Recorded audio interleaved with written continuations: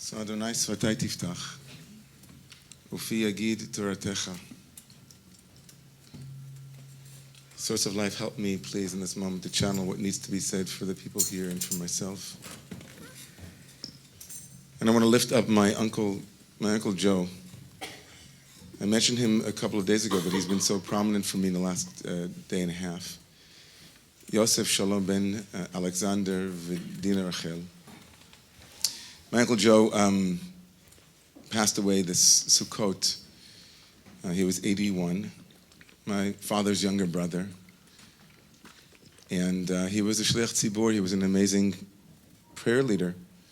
He was the singer in the family. We all loved to sing, but it was Joe whose voice we wanted to hear. And he was always quick with a nigun and also quick with a good joke.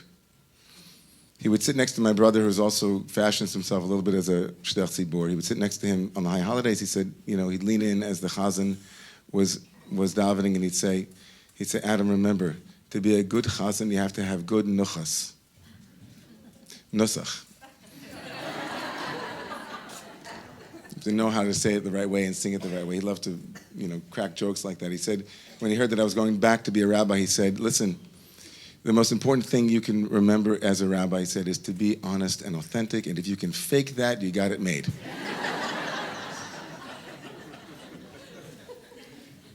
So here's to you, my sweet, beloved Uncle Joe.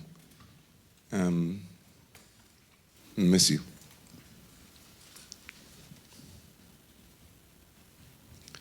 So we're looking for Moshe this week in the coming Torah portion.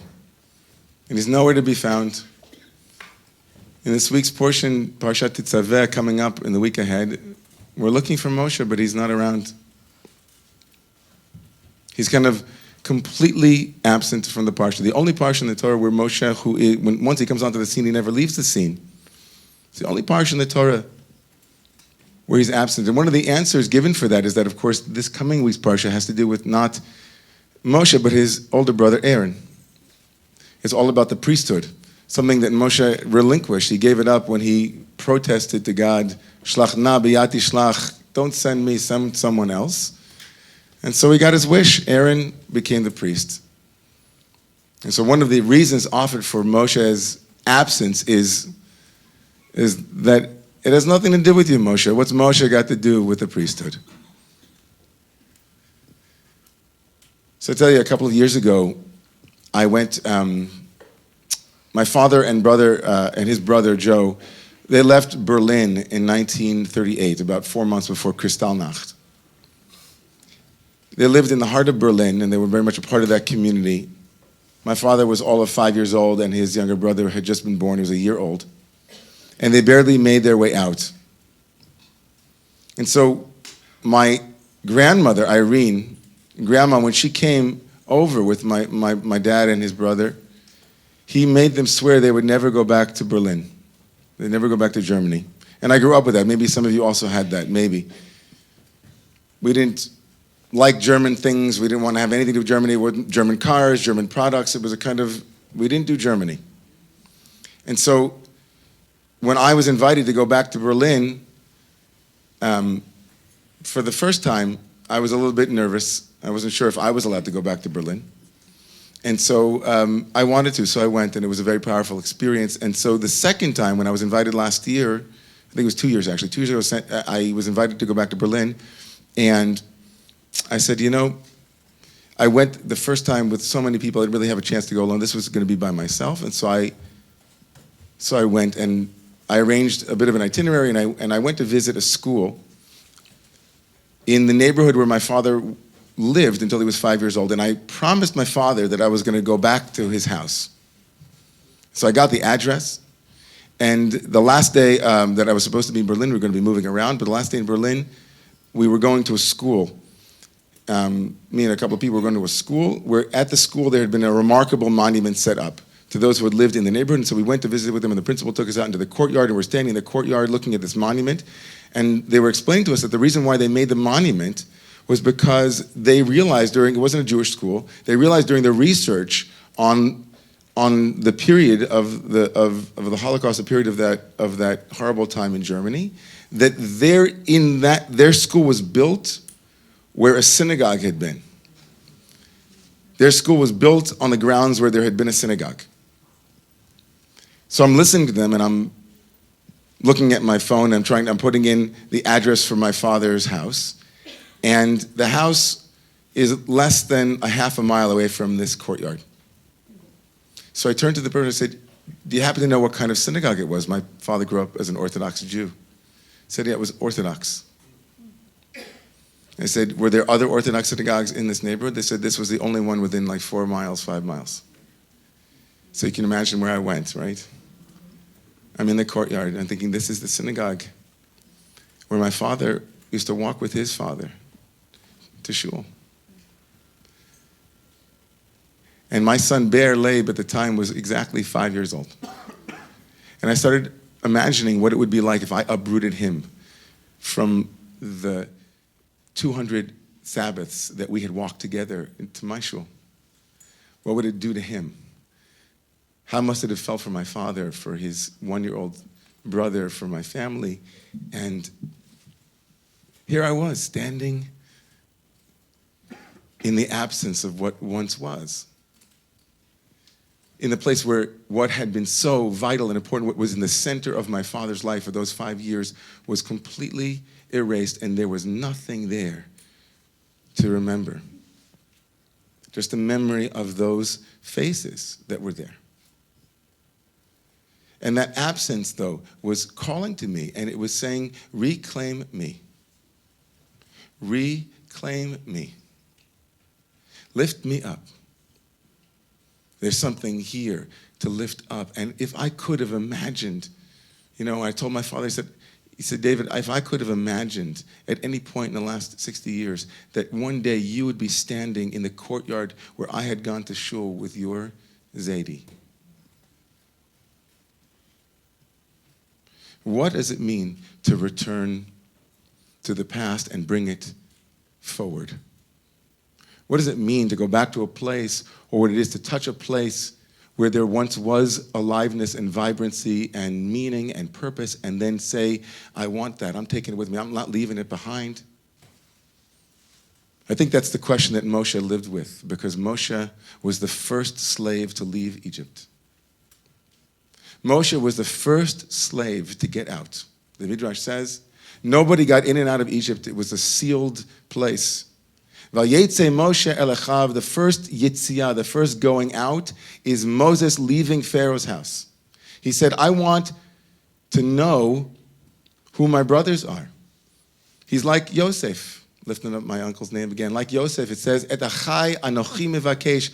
Joseph went out looking for his brothers. Moshe went out. Vayetze el Echav. Moshe didn't know who his brothers were, his siblings were, didn't know his sisters. He didn't know anyone. He said, okay, that was enough energy to bring him out. That alone, that yearning to find his family was enough to push him out of Pharaoh's house. This isn't my place. I got to go home. So Moshe goes.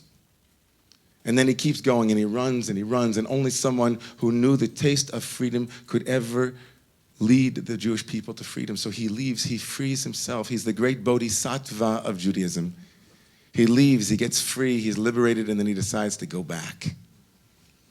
Moshe is the one who's yotzei and nichnas. He goes out, and then he comes back again. And how remarkable it is that the very thing that Moshe comes to bring back to the Jewish people is a thing that we all touch and look at every single day of our lives. We walk through it, we walk around it, we walk by it. Moshe, the one who knows how to leave and come back, will give the Jewish people forever a Torah of walking through a door. What it is to walk through a door. Before we were the people of the book, we were the people of the door. Before we were the people of the book, we were the people of the door. And so Moshe, who leaves the sealed door and opens it, then returns through again to open it for others and invite them to rise up. And he gives them this crazy commandment God gives Moses, and Moses gives it to the people. He says, take that, we talked about this once here, I think at SLBC, take that thing that you're afraid of the most, put it into the center of your house, the God of Egypt, the lamb that is worshipped by Egypt, your enemy's totem of power, and place it in your home. Get to know it a little bit. Really bring it close. Bring that little ba really close. See that it's not so scary. And then take its life force and use its life force as your engine to propel you through the door, to birth you. And then he says, put the blood, the life force, onto the doorpost like a birthing canal. Right? All around, birth, right? There's blood all around, and it's called a mezuzah. A let's get going.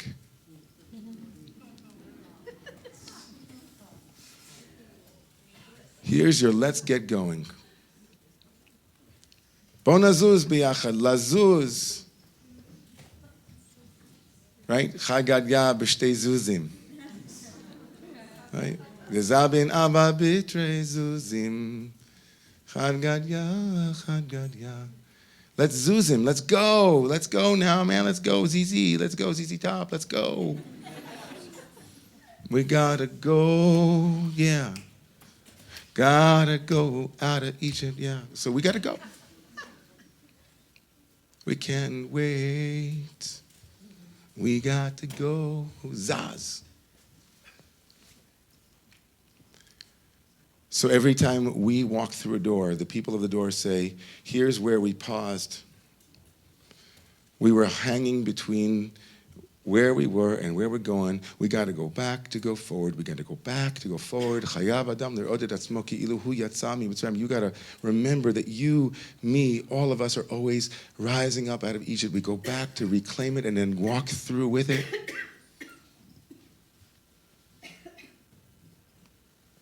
So then it really makes sense to offer a different interpretation of why Moses is not in this week's Parsha. His absence from the Parsha is signaling something much more profound for me and for you and for us as leaders, and where we are now in terms of how we want to rise up and how we need to walk it out and how we need to be in the world. You see, there is a tradition brought in the name of the Vilna Gaon, the genius of Vilna, who said that the reason why Moshe is not in this week's Parsha is not because of Aaron and the priesthood, but because normally, almost on every year, believe it or not, the Parsha of Tetzaveh is read on the week when Moshe dies. And the date of Moshe's death is Zayin Adar, the 7th of Adar. In some of your synagogues and communities, that becomes a day to Chevra Kadisha meet and people who deal with those who are passing along to the other side. That's a very important date. So Zayin Adar. And so because Moshe leaves the scene physically, he's removed from the Torah as well. I want to be erased, and so once I will be erased, then I won't be there.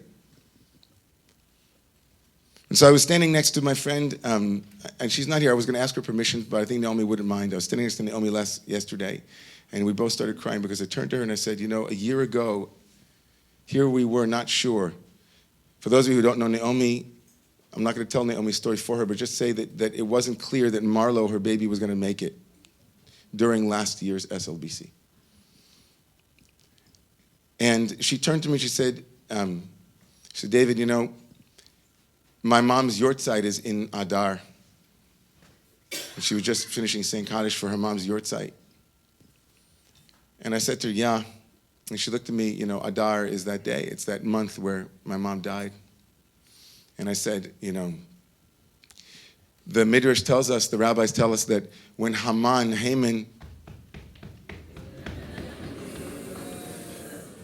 came to decide what month in which to have his horrible policies that would hurt people, kick them out of the country, let's say, I don't know, that when Haman came and wanted to take away liberties and freedoms from the Jews, I'm sorry, and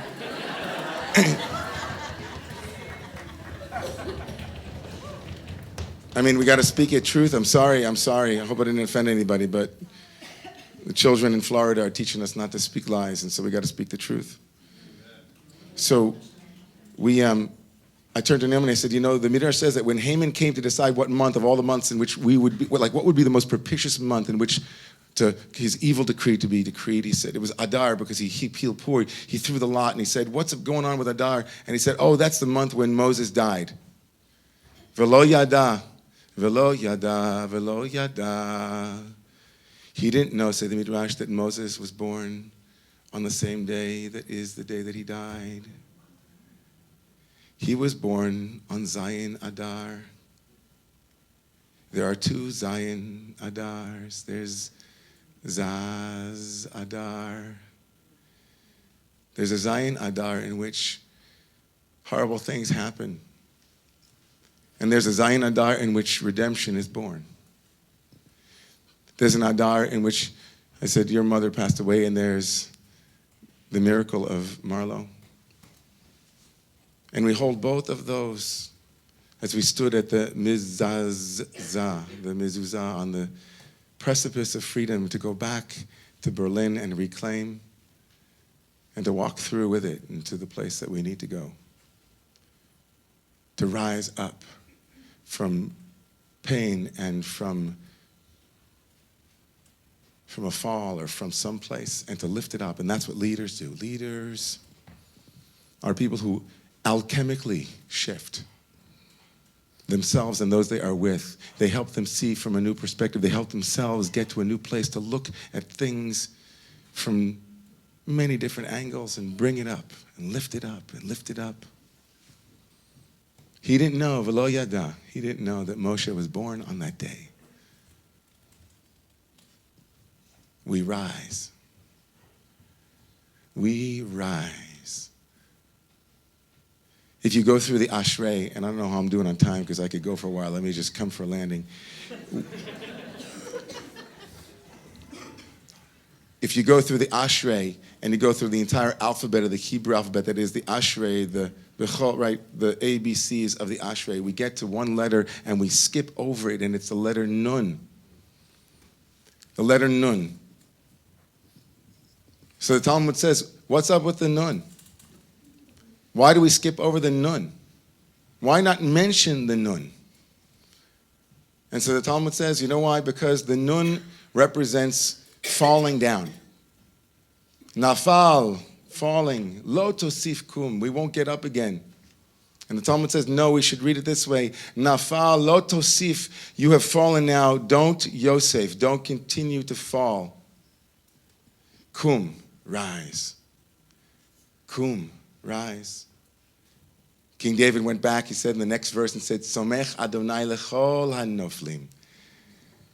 The Holy One lifts up all of those who have fallen down and says, rise up.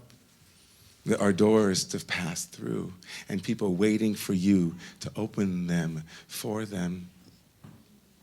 I went to bed last night saying, I got to say this before the end. So here's the end of, I don't know, maybe I'll say it later again, but here's the thing about SLBC and about programs like SLBC.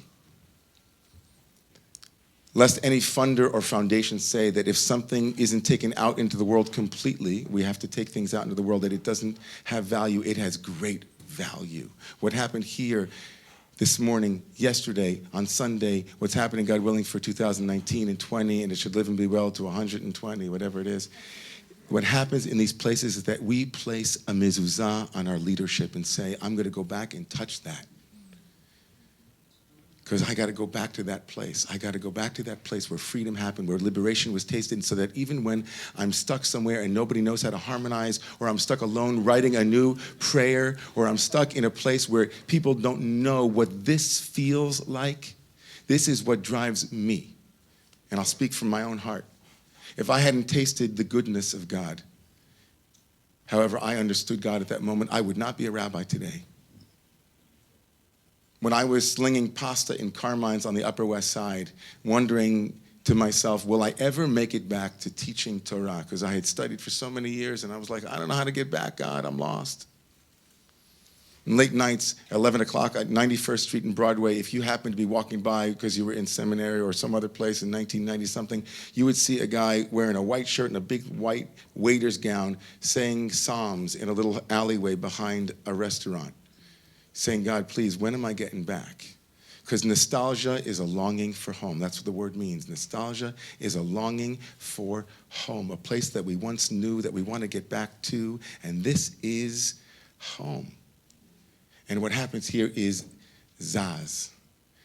We lift up, we move, we get energy, we revitalize, we rejuvenate, and then we take it out into the world and we spread it. So never underestimate the power of a mezuzah.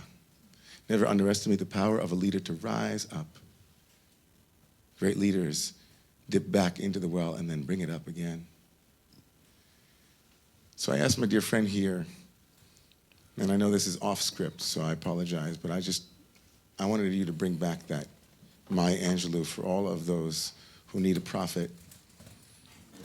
And then we'll rise up together, because this will be maybe our Aleinu here. You know, Isaac wasn't even sure if I was going to put him on the spot or not, but he's a leader. He's like, okay, Zaz, I got it. You're the Wizard of Zaz. There you go.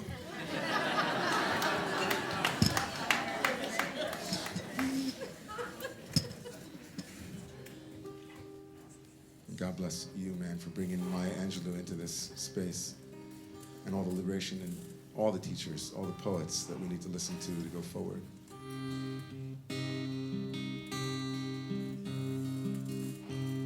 Still I rise, still I rise, still I rise, still I rise, still I rise.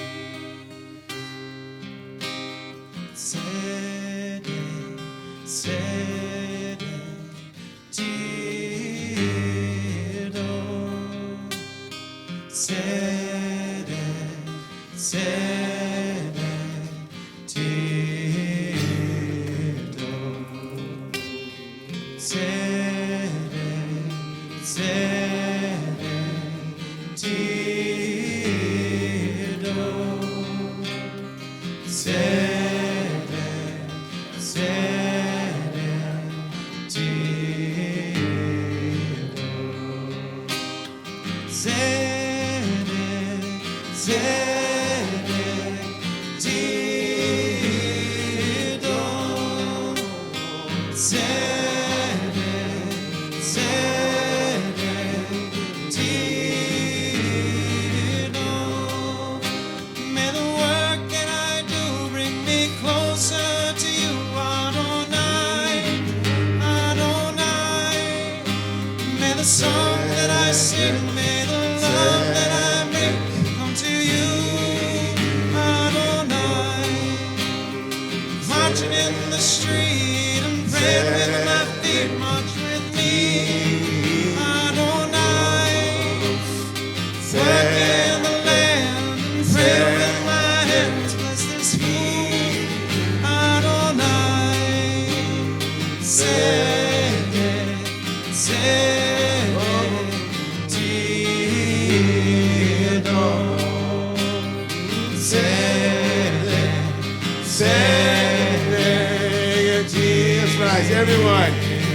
Hey, hey, sede, sede, Tido, sede, sede, Tido. May the work that I do bring me closer to you, Adonai, Adonai. May the song that I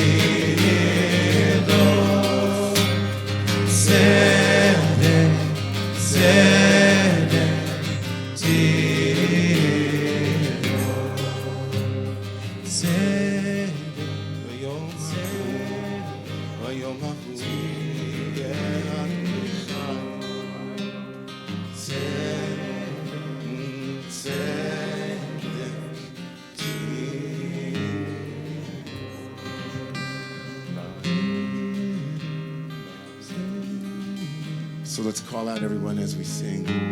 What does that day look like? Call it out. On that day, by Yom Ahu,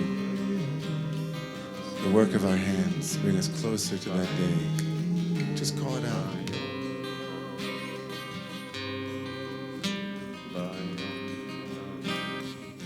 Safety for all of our children.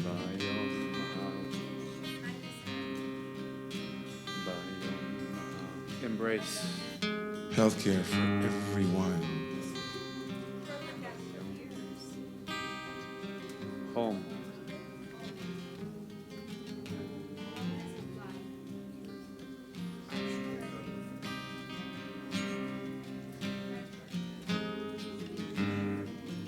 It's upon us.